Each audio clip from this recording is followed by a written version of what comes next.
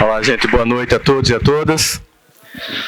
Bom, eu achei esse histórico que Rômulo fez de uma importância muito grande, porque muitas vezes a gente não tem noção dos processos, de como as coisas foram feitas, e é porque ele não parou aqui para dizer dos ataques feitos ainda hoje ao encontro, essa tendência das pessoas quererem uniformizar o pensamento e achar que a verdade está colocada apenas num lugar. Mas eu acho que chega um tempo que a gente nem consegue mais ficar com raiva de quem pensa assim. Porque a gente sempre imagina, seria como ficar com raiva de uma criança. Porque existe uma perspectiva forte de uma crença de que eles estão oferecendo o melhor. Então, às vezes, eu recebo até com uma certa reverência esse espaço em que a pessoa chega dizendo para mim, olha, eu tenho uma verdade para você. E eu digo assim, beleza, nomes diferentes de uma mesma questão. E, às vezes, o sentimento eu lembro quando eu atendi um paciente que eu dizia assim, é difícil imaginar a sua vida, porque a sua vida é uma vida em que você vê o mal em todo lugar. E que o bem só está com você e todos os demais estão condenados. Então, para mim, fica pesado viver assim. Eu prefiro ver a vida olhando o bem em todo canto. E olhando a manifestação do sagrado em qualquer lugar. Porque Deus, apesar de alguns acharem que assim o é, ele não foi patenteado por nenhuma crença e é um patrimônio da humanidade. E é tão Deus que permite-se, por ser desprovido de ego, que até pessoas nem nele acreditem e nem por isso deixem de ser amadas. Porque essa é a visão que eu particularmente tenho. Na verdade, eu vim desde o primeiro. Eu tinha passado no vestibular na época, estava de cabelo raspado, não era uma cena muito bonita. Mas, para mim, foi uma certa coisa, sabe, Romulo, que forjou muito. Porque naquela época, Mazinho, eu tinha lido, durante o ensino médio, Fritjof Capra. Tal da Física e o Ponto de Mutação, eram livros que bombavam na época, que tratavam dessa mudança de paradigma. Foi quando eu conheci a palavra paradigma, epistemologia, construção de saberes, modos e formas de construção de saberes, de você criar olhares, virou um modismo hoje, as famosas narrativas para identificar o meu lugar e desidentificar o seu lugar, que também a narrativa muitas vezes não é para criar o meu espaço, mas para destruir o teu espaço, quando eu narro te negando. É uma das formas de violência, eu estava vendo aqui quando falou dessas formas de violência, e hoje a gente tem uma forma sutil que é o apagamento do outro. Eu te mantenho vivo como ser, mas te tiro o direito de se manifestar e de se expressar.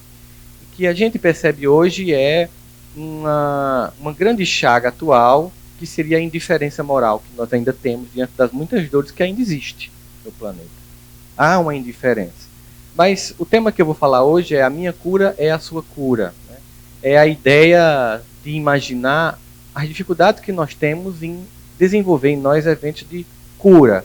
Não é a cura simplesmente física, tão desejada, especialmente quando a gente está doente. Como Mazinho desejou quando teve a cirurgia, como a cirurgia dele, com a leitura que ele tem do mundo, impactou a forma como ele enxerga as coisas. Como amadurece a dor, como o deserto nos faz chegar aos oásis das existências. Mas é sempre imaginar a dificuldade que as pessoas têm de se permitir um processo de curar-se. Por que assim as pesquisas acadêmicas mostram que as pessoas têm real potencial mental mesmo, de desencadear em si eventos de adoecer e de se curar? E por que a gente não tem conseguido isso? Quais são os padrões que estão por trás disso? Primeiro, a gente tem que entender que a expressão do indivíduo, da espiritualidade dos indivíduos, ela é muito circunscrita ao lugar onde essa percepção de fé foi construída.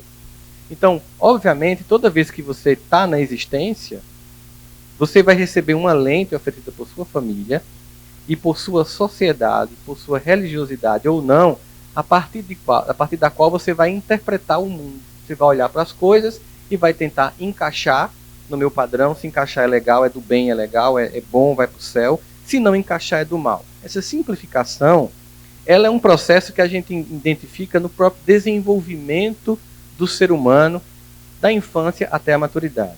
Você vai percebendo, por exemplo, que a criança ela tem uma idealização dos pais que é desconstruída na adolescência. Então, os pais heróis viram os pais bandidos na adolescência. Por isso, no fenômeno da adolescência, a gente tem um estresse muito profundo nos relacionamentos com os pais, entre os adolescentes. Mas é uma época em que a afirmação da identidade, quando eu saio desse grupo primário, que é o grupo secundário, a família, eu saio para um grupo secundário, sociedade, a afirmação da minha identidade, porque ainda é imatura, porque ainda é inconsistente, ela vai se dar na base do uniformismo. Só quem busca a uniformidade é quem não tem consistência de identidade. E aí por isso que é um único discurso, uma única crença, um único partido, uma única visão de mundo.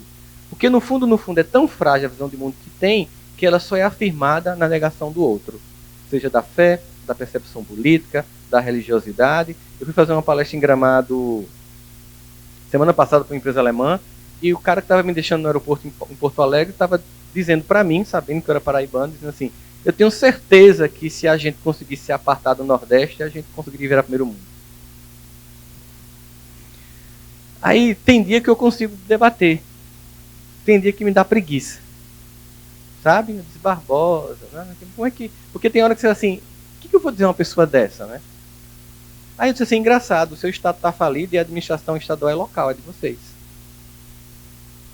Né? Então assim, eu não vou nem discutir com você porque eu acho que é uma perda de tempo eu passar 1h30 descendo nessa serra tão linda, uma vista tão bonita, para me perturbar com o seu discurso extremamente preconceituoso. Mas as pessoas têm um desejo de encarar inimigos externos. Encarar inimigos externos é uma forma de não encarar, não o inimigo interno, mas os aspectos de si mesmo que, enquanto não forem acolhidos, você não vai se desenvolver.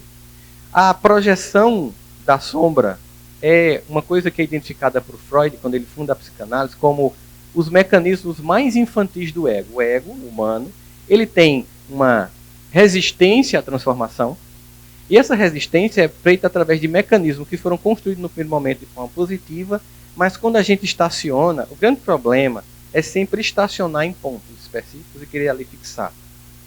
Na natureza, tudo que para apodrece. É impressionante você pegar uma roupa num guarda-roupa que você nunca usou e ela se destruir muito mais rapidamente do que uma roupa que você lavou várias vezes na máquina. É impressionante. Chega lá e ela... Porque a natureza, ela provoca, nos obriga a um movimento de crescimento. Mas o crescimento gera dores. Não é fácil crescer, porque é reconhecer aspectos que o meu ego julgou não pertencente a mim, porque é desconfortável, então eu tenho que colocar no outro lugar. E aí Freud vai identificar que um dos mecanismos iniciais e o mais infantil é a projeção. É quando eu projeto fora de mim aspectos de mim, porque é mais confortável para o meu ego ver em você do que em mim. Eu lembro que uma vez chegou um aluno para mim e disse, professor, você é um amigo do professor fulano de tal? Eu disse, sou. E o senhor anda com ele? Quando a pessoa disse, você já fica com medo, né? Sim, por quê? O senhor nunca percebeu, não? Aí eu fiquei, meu Deus do céu, será que ele está envolvido em alguma coisa que eu não estou sabendo? O que é que ele tem? Professor, ele é gay. Ai, que alívio, eu pensei que ele tinha um problema. Meu Deus, eu falei, será que ele estava envolvido em um crime organizado, alguma coisa do tipo? Aí ele chegou para mim, e o senhor dá aula em psicologia do consumidor? Eu dou aula assim, já tem um aluno que fica ali na frente, sentado? Já viu que ele tem um jeitinho? Eu disse, você lembra quando eu te ensinei sobre o mecanismo de defesa do ego? Que é uma tendência do ego da gente enxergar no outro que é da gente, que a gente vê no outro que a gente tem?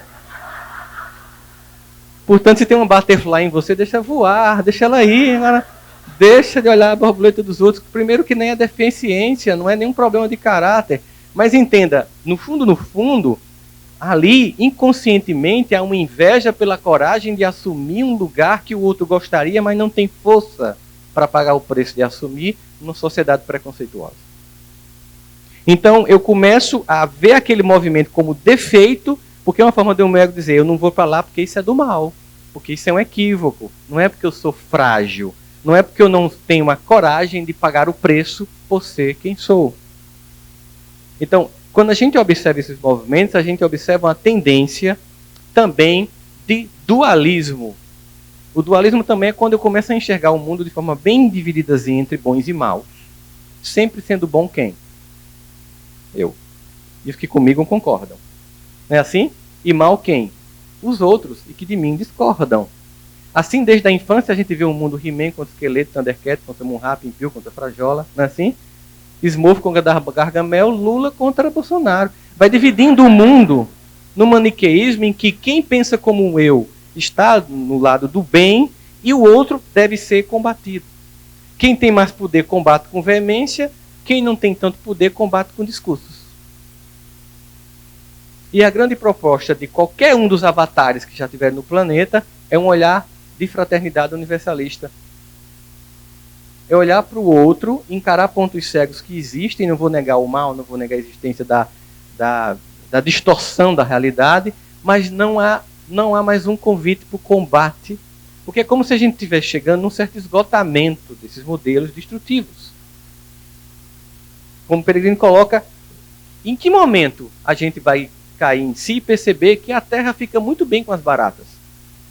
Que o que está em jogo não é a vida na Terra, é a vida dos humanos. A Terra sobreviveu sem a gente antes e sobreviverá sem a gente depois. Agora, se a gente quer continuar aqui ou não, depende de algumas escolhas. Quando a gente vê, por exemplo, o que foi descrito aqui, esses 8 pontos, percebe, por exemplo, que a gente um dia vai ter que começar a discutir não somente cultura de paz, não somente comunicação não violenta, mas a gente já está começando a perceber que as pessoas estão trabalhando o conceito de alimentação não violenta. Esse Future Burger que foi mostrado aqui, produzido artificialmente, sem tirar uma vida, é uma tendência.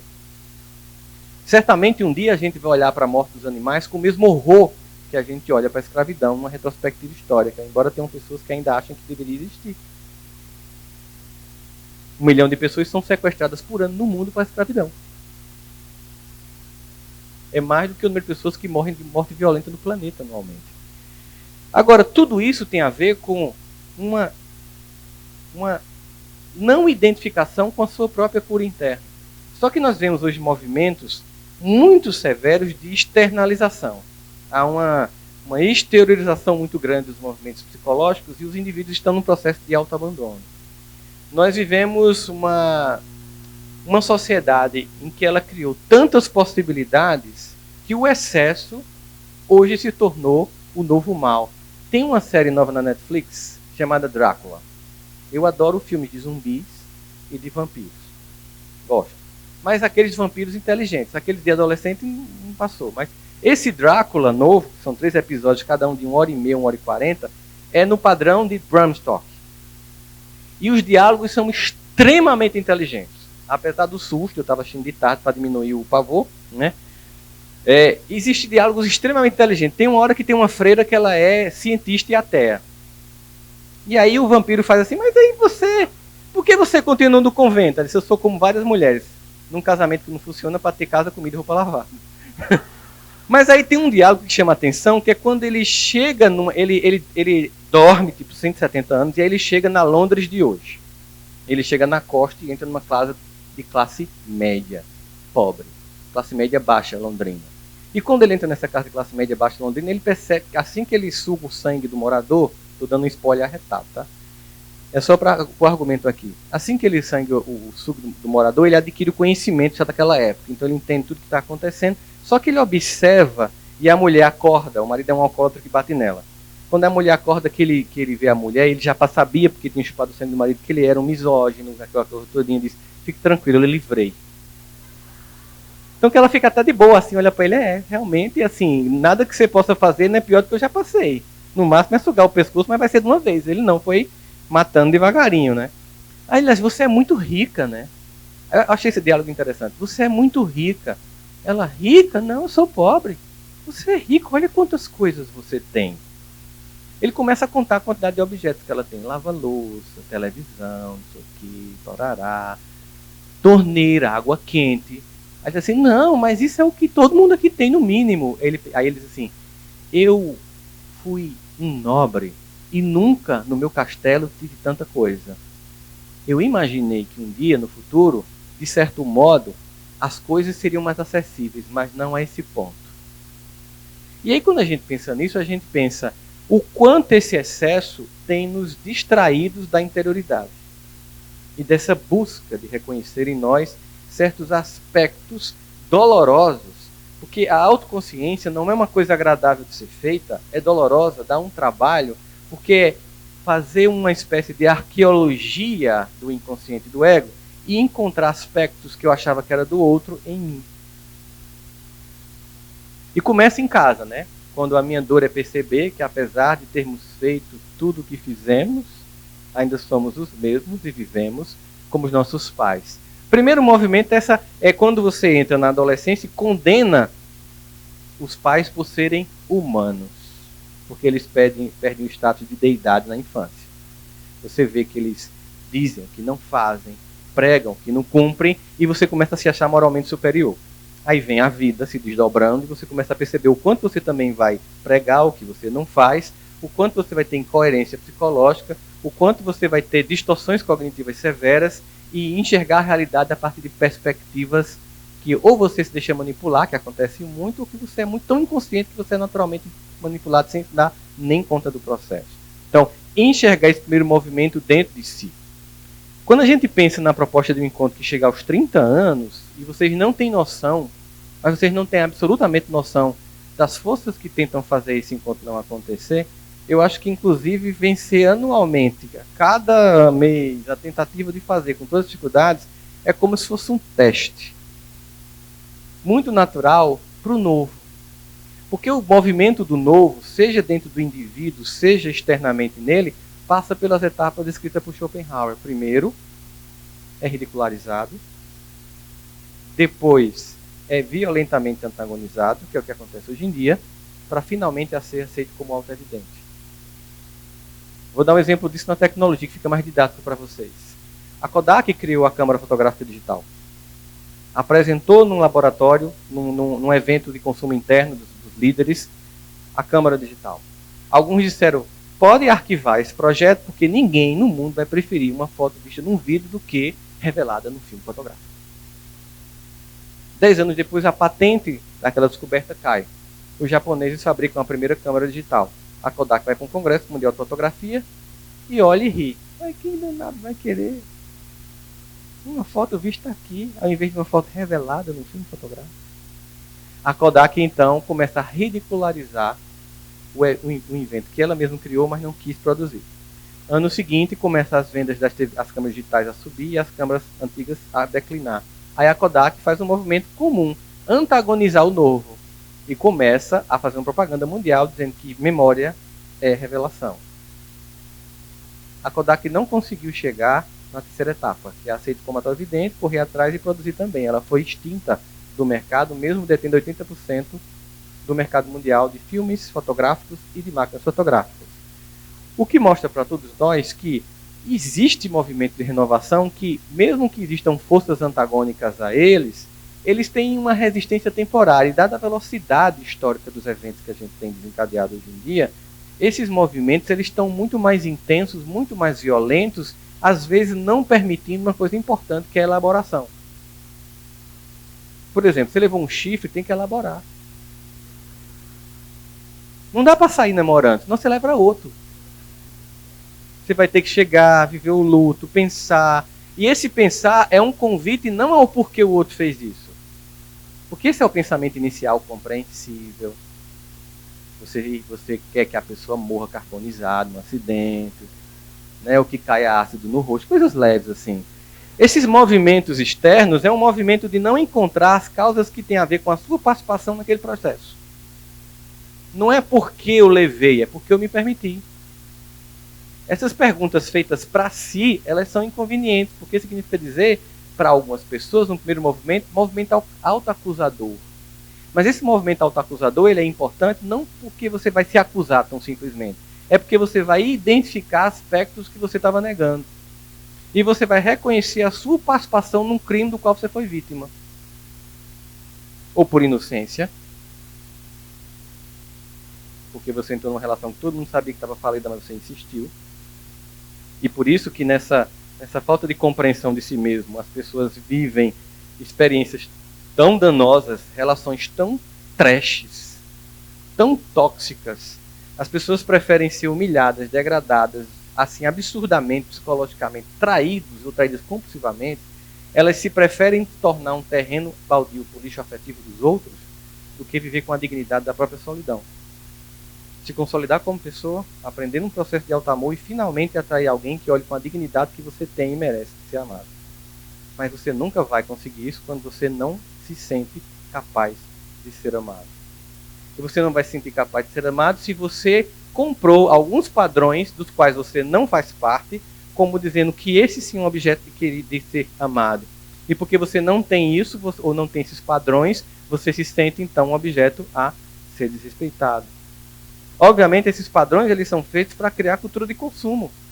Porque às vezes você não pode ter a beleza do ator tal, mas pelo menos o sandália que ele está usando na propaganda você vai querer. É uma colagem. Observa como isso é comum. Veja só. Fizeram uma pesquisa com crianças nos Estados Unidos, há um tempo essa pesquisa, colocaram meninas negras e meninas brancas na fila e botaram uma boneca negra e uma boneca Barbie no final e perguntaram com quem você prefere brincar. 3 anos de idade. Olha só. Todas apontaram para Barbie. Isso por si só é uma tragédia, porque as meninas negras não queriam brincar com alguém que parecesse com elas. Uma negação de si. Depois vem a segunda pergunta, com quem você se parece? E a essa pergunta, as meninas negras saíram chorando da fila. Porque elas não se pareciam com... Como é o nome daquela princesa de Frozen, meu Deus? Elsa. Até hoje são loiras. Até Jesus ficou loiro, gente. Um semita. Ficou parecendo um dinamarquês na tela. Então, essa distorção vai fazer o movimento seguinte. Olha como a gente pensa, a gente está aqui, ó. Não, nós temos aqui nova consciência, nosso padrão é outro, nossa vida é outra. A gente está no mindset, para usar um termo coach. Bem diferente, mas vê só, olha só. Aí você pega aniversário de casamento da sua esposa, aliás, aniversário de casamento, aí a sua esposa vai numa loja, aí entra numa loja de roupas masculinas. E tem lá uma fotografia de Janequine, tamanho natural, vestindo a Zorba. Barriga indefinida, preenchimento, que aquilo não é normal, aquelas imagens que deve ter um saco de pipoca ali. Você compra, seu marido usa de noite e quando ele sai do banheiro que você olha e você compara com a imagem que você viu na loja. Aí você conclui, eu amo mesmo essa criatura. A mesma coisa se você compra um jogo de calcinhas e sutiãs para sua esposa e Gisele está lá provando na Victoria's Secret e quando você chega não bate. Mas observa, primeiro, nós estamos rindo de quem?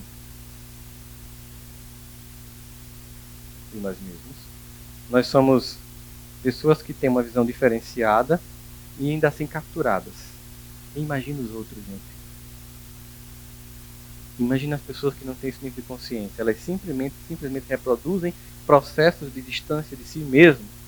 Porque, obviamente, para os que querem manipular, é preciso pessoas manipuláveis. Pessoas manipuláveis têm que ter baixo nível de consciência. Porque elas não têm condição de fazer crítica a um discurso. Elas compram as narrativas e ponto.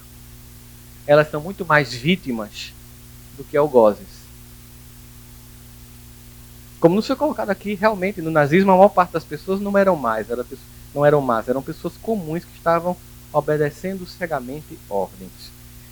Despertar a própria consciência é desenvolver um nível de compreensão de si mesmo que dá alguns sentimentos que a gente chamaria de habilidades essenciais para uma evolução emocional.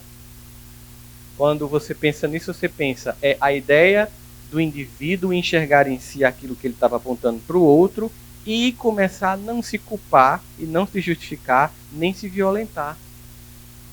Esse padrão de você encontrar um problema, perceber que estava equivocado, não se desenvolver em culpa e envolver-se num movimento de transformação, ou seja, de, bom, é o que eu consegui até hoje, mas agora eu me percebi, vou mudar o vetor, eu não perco tempo com culpa, com desculpa, mas com responsabilidade, exige uma certa autonomia, que as pessoas não querem ter porque elas têm medo de autonomia.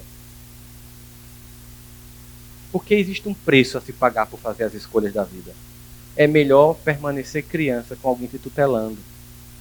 Embora a vida te convide para se tornar adulto, tem pessoas que morrem infantilizadas. Vivemos uma sociedade em que o fenômeno da adolescência cada vez mais cresce. Adultos com comportamento de adolescentes. Né? A gente percebe isso, o tempo todo a gente vê esse movimento. Esse sair-se é uma coisa incrível, porque assim, não é uma coisa tão simples. É quando eu pego, por exemplo, a história de Paulo, ainda como Saulo de Tarso, e fui uma vez olhar o movimento psicológico feito por ele. Entender contextualização, todo mundo deve conhecer, mas para quem não conhece, basicamente, Saulo era um judeu que tinha algumas características. Ele era ao mesmo tempo cidadão romano, ou seja, ele era como se fosse uma pessoa com duplas nacionalidades. falava o outro idioma, o idioma da sociedade que dominava a dele. E a gente sente que meio que de algum modo a elite judaica ela estava calada em relação à invasão romana, porque eles mantinham a elite local vivendo a vida confortável para ela não galvanizar as massas contra a invasão do império. Então a elite ficava confortável enquanto o povo era explorado. Paulo era esse cara omisso. No fundo, Saulo então. Mas ele vai encontrar aquele indivíduo, e é Jesus naquele evento simbólico ali, que ele chega lá e não se sabe exatamente por que cai a ficha que ele é o Messias, mas você tem que imaginar, aquele homem, ele aos 12 anos colocou o kippá, leu os 5 livros da Torá decorados, decorou os 5 livros da Torá e recitou no dia do seu bar mitzvah, foi circuncisado quando criança, ouviu de todos os profetas, seus bisavós, tataravós, que viria o Messias, e que explicou por que aquele povo aguentou escravidão, destruição, total, vários, até, não, porque vai valer a pena, vai vir um cara que vai dar o sentido a todo esse nosso projeto coletivo aqui como povo. Aí o cara chega e ele não reconhece esse cara. Então imagina, ele chega lá e, caramba, não. Aí a primeira pergunta antes disso é por que Jesus não escolheu alguém do grupo para assumir a função de Paulo? Não já tinha um colégio apostolar? Certamente ele analisou o currículo e disse, esse povo aqui não está preparado para a franquia que eu quero abrir. Preciso de um CEO. Entrou no LinkedIn da época, digitou lá, preciso de um cara versado em idioma grego, que ele também fale latim, eu quero que ele seja cidadão romano, que ele precisa levar essa ideia, senão ela vai ser presa no judaísmo, vai virar uma subseita e vai morrer, ele tem que ir adiante. Ah, tem um cara aqui, aí aparece lá no LinkedIn, o currículo de Saulo, mas é da oposição. Então precisamos dialogar com o cara para poder trazer ele para cá. Esse vetor de encontro psicologicamente, o cara esperou e o seu povo inteiro, aquele cara, ele não reconheceu, estava matando quem tinha reconhecido e já estava indo matar outro. E aí cai a ficha, além do cavalo. Quer dizer, então, você é o cara que meu povo todo esperou, e eu estava matando o povo que estava seguindo. Você psicologicamente entende que era para uma pessoa comum se sentir culpada e dizer assim, não quero ficar perto de você, eu não mereço. Ou se justificar, mas vamos combinar, você me enganou. Estava esperando você descer assim no céu, com um exército de anjos, destruindo Roma. Sinais numa manjedoura junto de um burro, aí ficou escrito para mim. Sinais confusos, justificativa. O cara não para, nesse processo dele, ele não para se culpar, nem para se desculpar, nem para justificar. Ele faz assim, o que quer que eu faça? Tipo assim, tá bom, até aqui eu me equivoquei. A partir daqui eu vou acertar. É o que posso. É o que tem para hoje. Vendo? É olhar para os pais e dizer assim, é o que era possível. E esse possível, que para mim pode ser pouco, foi para eles excesso do que eles nem tiveram. Mas o discurso em terapia do trauma é o discurso da dor, o discurso da vítima. Apontando pais como culpados, que asfaltaram um terreno que passaram, que era pedra pura, e você reclama quando vem e tem um buraco. Basicamente esse é o movimento. Porque o indivíduo não quer reconhecer a si. Porque dói. Dói olhar para si e encontrar em si características que eu via no outro. Dói olhar para si e ver racismo, radicalismo, perceber preconceitos, nuances mais sutis. Porque a racionalização é o último mecanismo de defesa do ego, é o mais complicado. Porque você cria justificativas lógicas para o que é amoral ou imoral. Você se convence que está certo, mesmo dentro das evidências, porque você fica forçando a barra. Por exemplo, muitas pessoas que eu conheço hoje começam a perceber que certos movimentos do governo de plantão são equivocados, mas diante da evidência continuam afirmando. Porque é muito difícil para o ego dizer assim, eu fui enganado.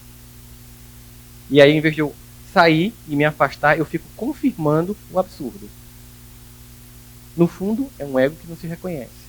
E aí essa minha doença te adoece, porque eu preciso então de pessoas que comigo comunguem dessa visão distorcida do mundo, para poder eu me manter com a sensação de que eu estou correto. Então, quanto mais pessoas, forçadamente ou não, pensarem como eu penso, mais confortável eu vou me sentir, mesmo dentro do absurdo. Basicamente o movimento. Esse movimento de se enxergar, ele é naturalmente doloroso. Agora, existe um outro movimento que é as pessoas que não acham que merecem, por motivos que cada um vai imaginar quais são, essa famosa cura de si mesmo.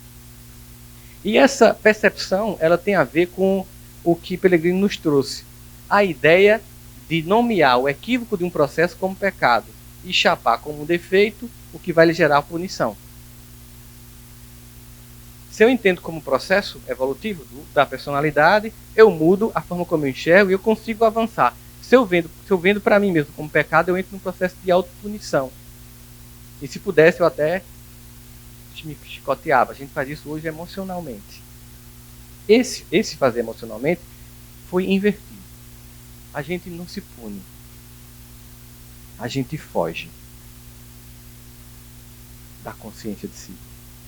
A gente se afoga em vícios de todas as ordens para não chegar ao fundo do próprio eu. Maratonar séries de Netflix é uma forma de fugir de si mesmo. São horas e horas na ficção fugindo da realidade de si. Nada contra, eu adoro, eu assisto. Mas existem várias formas de fuga. Nós temos a fuga hoje pelo excesso do nada. Nós somos um dos maiores consumidores mundiais de telefonia móvel. Vivemos presos a smartphones, passando horas curtindo stories, sem fazer a própria história, sem construir a própria vida, sem construir os próprios processos, sem pagar o preço pelas próprias escolhas, desenvolvendo uma vida muito medíocre, lamentando quem consegue acontecer e tentando caluniar ou difamar para se sentir mais confortável na posição propositadamente escolhida de mediocridade, tendo possibilidade de não ser, o que é uma profunda sabotagem de si mesmo. Observa que na parábola dos talentos, um que recebe 5, o que recebe 2, o que recebe 1, e que esconde, diz a frase que explica: porque tive medo, escondi o teu talento. Medo. Muitas pessoas não conseguem avançar porque o medo faz com que o talento que recebeu não avance. Aí você pode criar algumas alternativas emocionais para fugir de si mesmo. Eu olho para o meu talento e apenas lamento porque eu não tenho o talento do outro. Eu esqueço do meu. É como se numa orquestra sinfônica cada um tivesse um instrumento e alguém parasse tocar violino com raiva porque o outro está com eboé. O outro está com um violoncelo. O outro está tocando um trompete. Então, em vez de eu me concentrar em aprender o meu, eu quero aprender o seu e eu não domino aquilo. É uma forma de fugir. Tem pessoas que criam estratégias tão absurdamente fantasiosas de conquistas que fazem isso de propósito, para não conseguir confirmar sua própria ideia de falência. Tá vendo? Eu não consigo. Cria metas inatingíveis e inalcançáveis para provar para si a tese de que não é capaz. E tem pessoas que até conseguem, e conseguem de tal modo que entram num processo de ruína, que é o que Freud chamou de o homem arruinado pelo sucesso. Aí eu estava lendo a revista de business da Harvard, em que tem lá uma matéria mostrando a quantidade de empresários no mundo e de pessoas de sucesso que estão tendo depressão pelo sucesso. Porque é como se fosse assim: eu escolhi um único ponto de crescimento e esse ponto de crescimento foi um foco evidente que me afastou de minha interioridade. Consegui chegar, mas o processo foi tão doloroso que eu não tive ninguém para comemorar comigo. Lembro que tinha uma professora que corrigia algumas coisas da gente, e aí um dia ela adorava humilhar os colegas de trabalho. Tinha um colega meu que tomava Rivotril para ir conversar com ela. E nesse dia eu ia conversar com ela, mas nesse dia eu não estava bem. E quando você não está bem e o outro lhe trata mal, as coisas não funcionam bem. Então, para aquele encontro que já era tenso, ele olhou o trabalho do aluno que tinha levado a monografia, apontou assim: eu fico me perguntando, professor Rossano, como é que alguém que se diz professor universitário faz um trabalho com a conjugação verbal errada na página 39, no parágrafo 2. Primeiro, antes de abrir, ela fez já mata a pessoa, né? Você quer pular no pescoço, mas você foi educado em casa, né? A vontade vem, mas você não realiza, só mentalmente. Aí naquele dia eu fiz: professora, você não sabe quem foi Amenófis 6? Aí ela, por associação, fez: um rei do Egito. Pois é, professora, eu fico me perguntando como é que alguém com PhD como a senhora não sabe que no Egito não tinha rei, só faraó. Muito menos que Amenófis existiu, porque eu acabei de inventar. É uma coisa tão elementar do segundo grau, professora, a senhora não sabe Aí ela olhou para mim com olhos, está se sentindo confortável com a humilhação que eu lhe proporcionei? Que é o que a senhora proporciona com todo mundo aqui quando senta para a senhora corrigir os trabalhos. E me pergunta, a senhora é feliz? Ninguém gosta dessa pergunta. Por que você está perguntando isso? Porque a senhora é inteligente. O currículo da senhora é pesado. Então a senhora é inteligente. E por ser inteligente sabe que é uma pessoa que ninguém suporta aqui. A senhora já viu quando a senhora senta num canto, todo mundo se afasta? Então me pergunta, quando a senhora está doente, alguém faz um chá? Aí o olho começou a encher de lágrimas dela, sabe? Ela segurando. Naquele momento, eu fiquei dividido entre eu continuo por caridade ou estou satisfeito por vingança. Você fica naquela oscilação psicológica. O ego... Aí veio, não, ela tá... é uma chance que eu estou tendo. Mas eu entendi o que aconteceu com a senhora. Pelo meu cálculo, a senhora tem muito mais de 70 anos. Nasceu aqui na Paraíba? Sim. No sertão? Sim. Muitos irmãos? Sim. Mulher no sertão? Década de 30, 40, né? Eu imagino quando a senhora olhou para o lugar que a vida lhe colocou e decidiu, não vou ficar aqui. Eu vou me deslocar. E conseguiu. E para isso, fez uma coisa que é muito comum. Na hostilidade de uma infância, veste uma armadura para ir para o combate. Vence. Terminou a guerra. Está com um tipo de vitória, mas continua com a armadura. Porque colou no corpo. E hoje, os seus inimigos do passado são reeditados nos seus colegas do presente. Que não tem culpa do que te aconteceu, mas você tenta se vingar em nós dos abusos que você sofreu. E por isso, é uma vitória que ninguém abre um champanhe para comemorar. É vazia. É vitória para tamponar as próprias deficiências emocionais. Fui fazer uma palestra e antes de mim entrou um cara dizendo que ganhava não sei quantos mil por mês, que tinha uma cobertura caríssima, que tinha comprado, que não sei o que. Aí depois era eu. Meu Deus, e agora? Ele passou a palestra todinha, a cada 20 minutos dizia, eu moro numa cobertura caríssima, não sei o que, ganho tantos mil por mês hoje, veja como eu sou um vitorioso, não sei o que, não sei o que, não sei o que, não sei o que. Eu disse, como é que vai ser agora? Eu vou falar depois dele. Aí, cara, ele tinha um voo na sequência. Que bom. Porque quando ele saiu, eu disse, gente, eu atendi tanta gente com cobertura deprimida. Nada contra. Nada contra. Por que não, né? Você pode, beleza. Agora, se você acha que isso é o foco, é uma fuga. Porque aí você se cerca do excesso e você entra na falta. Observa a música que é um compositor que eu adoro. Os nomes agora eu esqueci. Tá começando a acontecer isso já. Né? É o início da PVC, Porcaria da Velha chegando. O que é que acontece? Ele diz assim, quando não tiver mais nada, escudo ou espada, sua consciência acordará.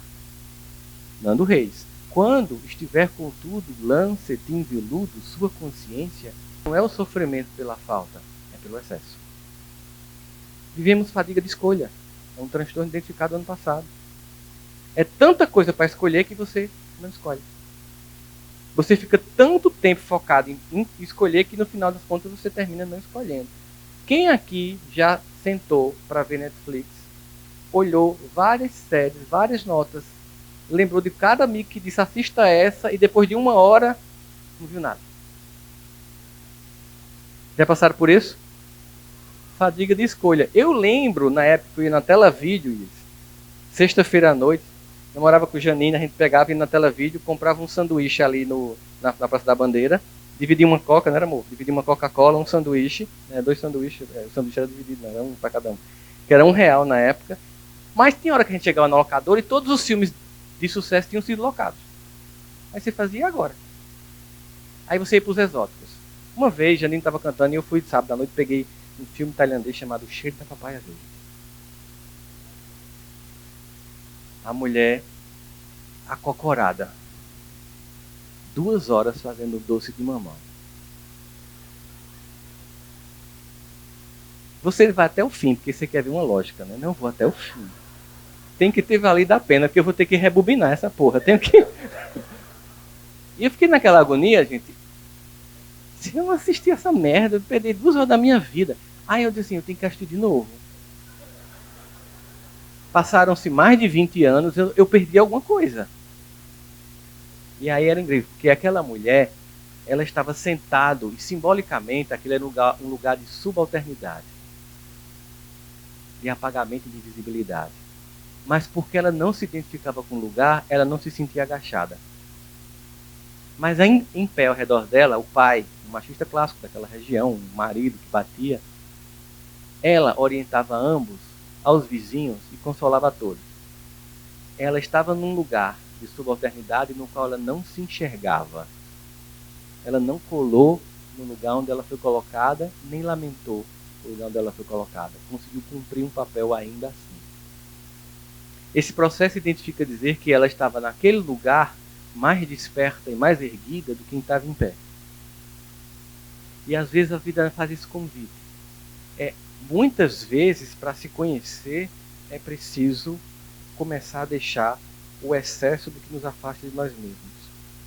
Excesso de curtição de internet, excesso de visualização de stories, excesso de coisas que eu vejo fora para não enxergar dentro.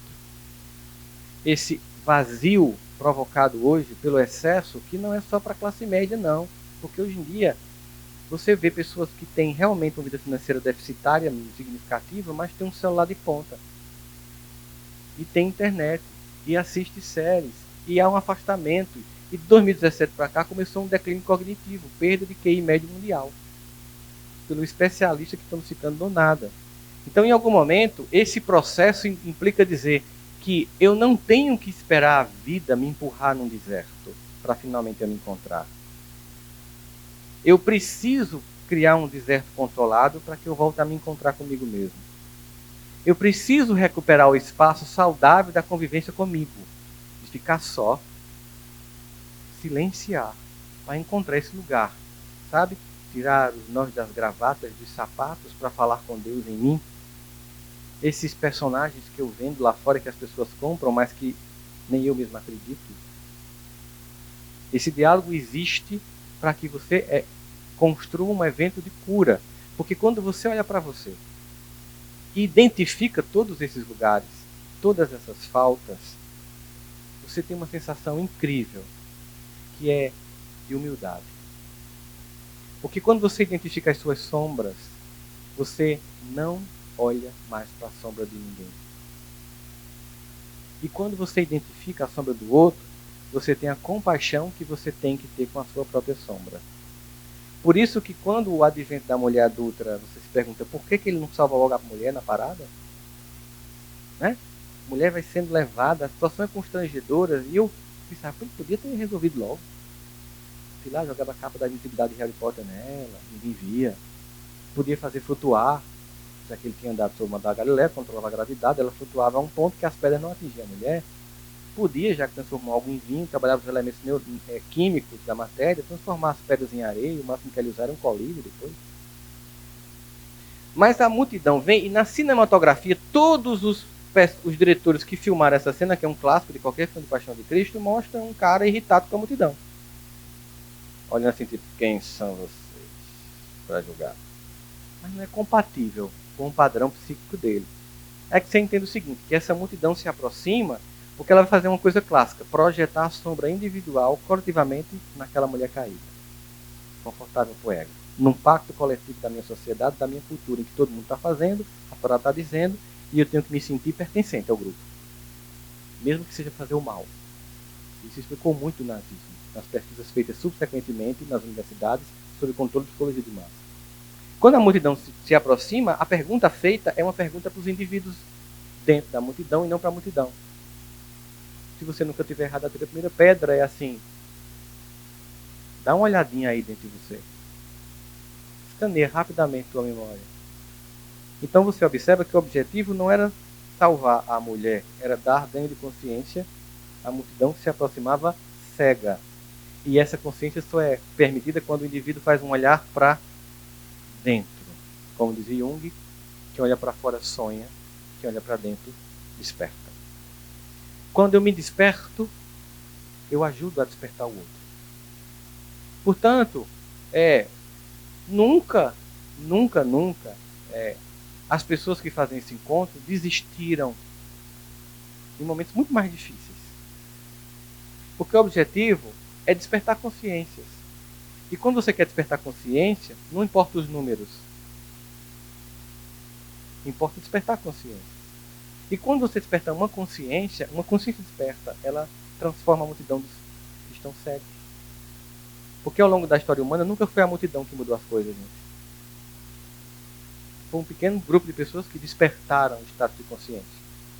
A construção, talvez, de símbolo, né, de uma árvore, de uma nova consciência, uma cultura emergente, e que enfrenta esse movimento de tentativa de ridicularização ou de antagonização violenta, natural, pelas pessoas que temem o novo como se fosse uma ameaça às suas próprias identidades, que acham que o encontro com o diferente, com o altero, destrói sua própria forma de ver e crer no mundo, que é frágil essa percepção, precisa então te apagar.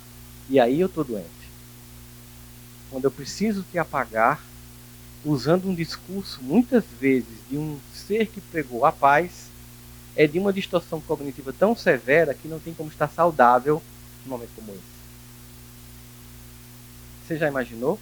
Eu pego um discurso primoroso, que a gente tem, por exemplo, no Sermão da Montanha, e imagino que aquilo tem sentido para mim. E distorço para reforçar o meu referencial. Bandido bom é bandido morto. Foi assim que o Sinário pensou quando matou Jesus.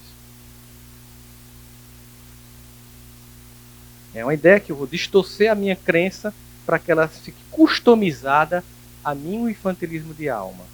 E os que entendem profundamente, sabem que não é aquilo, mas querem manipular para manter, é isso mesmo.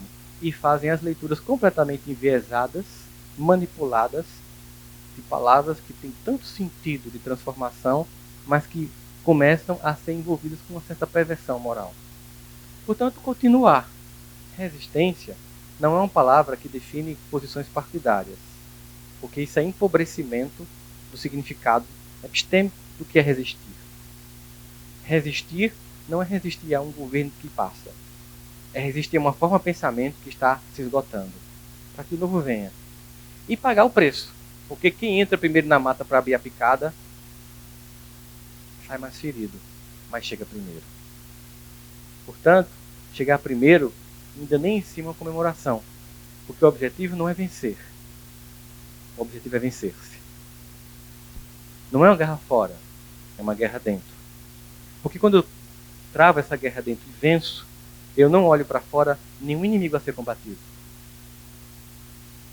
mas irmãos a serem acolhidos, a serem despertados. Chegar primeiro do outro lado não é para dizer, cheguei primeiro, bando de otário. Não. Pode vir por aqui. Eu sei que vocês passaram muito tempo achando que era nesse lugar que tinha que parar, mas a vida é um convite a avançar. Lembro demais disso porque uma vez eu estava numa reunião mediúnica e eu não gosto de espírito, eu tenho medo. Né? Eu sei que eles existem, eu sempre digo, eu sei que você existe, para que aparecer para mim? Aparece com um ateu, sei lá, né? Para fazer a diferença. Né? Mas eu estava na reunião mediúnica e foi um diálogo incrível, porque era o mentor espiritual da casa conversando com o obsessor. E o obsessor olhou para o mentor e disse, você é um cínico. Porque você nos liderava antes. E agora você mudou de lado. Era um paradigma de maniqueísmo, o bem contra o mal. E o mentor disse, não mudei de lado, eu continuei. A gente vem aqui para um processo de continuar. Eu estou te fazendo um convite aqui, não é de você mudar de lado, é só de continuar. Então o que a gente está fazendo aqui é continuar. Alguns vão retardar? Vão. Mas breve, o antagonismo vai ceder, a ridicularização vai ceder. E, como dizia Victor Hugo, é incrível a força do tempo de uma ideia cujo tempo chegou. Em algum momento isso vai acontecer, porque eu acredito piamente nisso.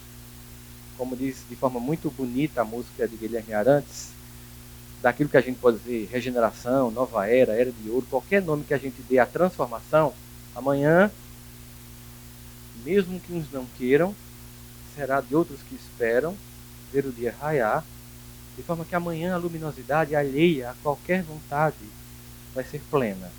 Essa convicção de que em algum momento, nem que seja por uma dor coletiva que talvez a gente esteja buscando, o despertar das consciências aconteçam e o emergir de uma nova cultura salvífica no sentido real de já planetária, de compromisso ecológico e ecologia interna com ecologia externa, porque enquanto a gente não combater essa ecologia interna, a ecologia externa ficará ameaçada. Aí finalmente a gente entender o que nos faz estar aqui. Portanto, Iris, eu não sei como é que você quer terminar aqui agora, me diga você. Tu quer que eu termine? Só se você vinha para cá. É o único jeito. Não é o único jeito. Vem-se embora. Mazinho, vem para cá, Mazinho. Vamos para cá, vem para cá. Vamos concluir juntos. Quem sou eu para concluir a nova consciência? Eu queria convidar todo mundo que está aqui, ó, para vir. Vem cá. Bora. Vem para cá. Vem, eles. Aguenta bucho o ano inteiro. Deixa a gente desejar tudo de bom para tu. Ela passou o ano inteiro aguentando bucho, essa mulher. Tá.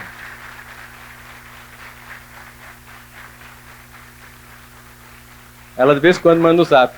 Reze por mim. Reze por mim. Aí eu mando só aquelas mãozinhas. Mas eu rezo, viu? É exatamente isso, né? Você percebe um ressurgimento do processo? Eu estou percebendo. Não estou percebendo o ressurgimento do próprio projeto. Então. Por isso que o Romulo falou que o ano que vem vai ser fantástico. Eu acredito nisso mesmo. Um renascimento. A dor do parto é grande, mas o que libera é compensador. A gente sabe disso. Então eu estava aqui naquela época, e naquela época eu conheci um cara chamado Walter Kling. Ele está vivo ainda. Tu acha? Vamos procurar saber se ele está, porque tem um povo que a gente tem que voltar o ano que vem, né? Ele é um deles. E eu lembro que eu conheci naquela época Enya e Kitaro na Nova Consciência, gente. E eu abri um programa de rádio chamado Contato, na Rádio Campinas, na Correia FM, com um amigo meu chamado Aderaldo, só para passar a música New Age. E primeiros ouvintes que ligaram perguntando, quem morreu? Eu lembro, foi um estímulo imenso a continuar o trabalho, né? Mas eu conheci uma música muito linda dele, que se vocês lembrarem, puderem cantar com a gente aqui, seria muito bonito. Vocês lembram da música Te Ofereço Paz? Então levanta para cantar com a gente, todo mundo aí, ó. Eu vou fazer as mímicas, bora lá. Vamos para cá, gente? Vamos lá. Pode, venha-se embora, vamos juntar aqui. Olha só, vai fazer as mímicas, tá? Levantem para fazer a mímica. Vamos embora. Esse é um desejo coletivo para a gente. E eu queria realmente, sinceramente, pedir uma coisa para vocês. Os seres humanos são imperfeitos. Os seres humanos são complicados. Os seres humanos têm muitas dificuldades. Eles não é diferente de nós. Certo? Ela é um ET, ela diz, mas não, ela é uma humana, cheia de trauma como a gente, cheia de complicação e tal. Mas ela é uma pessoa que, desde aquele primeiro convite, não quis criar um carnaval mais ou menos de folia, mas um abadá e uma mamãe sacode da alma. Então, aqui a gente não dá a volta no trio, a gente dá a volta no universo, vocês perceberam, né? Vai lá e volta, vai lá para os astros e volta para a realidade para construir essas pontes. Então eu queria que enquanto a gente cantasse essa música, vibrasse para ela suportar mais um ano. Desejasse para ela toda a força para ela suportar mais um ano para a gente estar aqui o ano que vem. Vamos lá? Diz assim. Te ofereço paz, te ofereço amor, te ofereço amizade, ouço tuas necessidades, vejo tua beleza, sinto os teus sentimentos, minha sabedoria flui de uma fonte superior e reconheço essa fonte em ti. Namastê. Trabalhemos juntos. Pegaram? Vamos lá agora. Te ofereço paz, te ofereço amor, te ofereço amizade, ouço tuas necessidades, vejo a tua beleza, sinto os teus sentimentos, minha sabedoria flui de uma fonte superior e reconheço essa fonte em ti. Trabalhemos juntos. Erguem da mão e lembra de uma coisa fantástica que foi quando eu vi pela primeira vez aqui no teatro, no primeiro encontro, um pastor, um bispo, um pai de santo, um espírita, um ufólogo, ex-ufólogo, entende, gente? Ateu, ex-ateu, muçulmano, todo mundo dá assim. Então, se a gente está aqui para fazer o pensamento da cultura emergente, o que a gente quer Esse é um instrumento. Essa semente do novo tempo. Eles se juntaram e cantaram. Em memória a eles, nós que pegamos essa tocha para continuar essa corrida rumo ao novo tempo, cantamos o que eles cantaram naquela noite. Lembra isso? Exatamente. A oração de São Francisco. Não é isso? Eles juntos lá, e eu lembro que eu chorava porque eu dizia, é possível os diferentes se darem a mão e se convidarem a ser um instrumento da paz.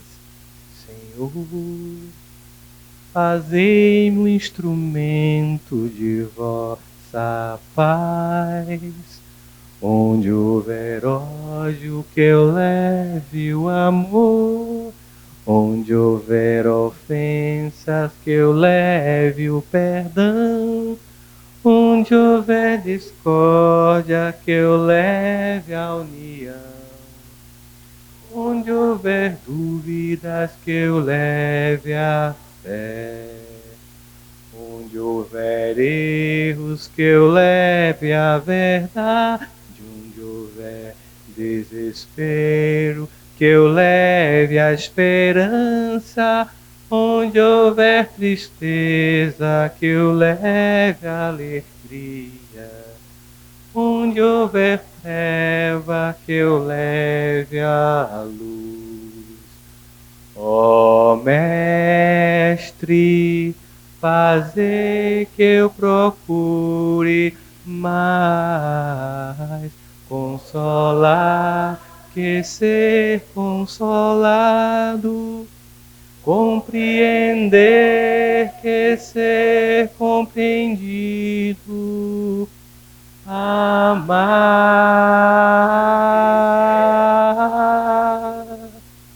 pois é dando que se recebe, e é perdoando que se é perdoado, e é morrendo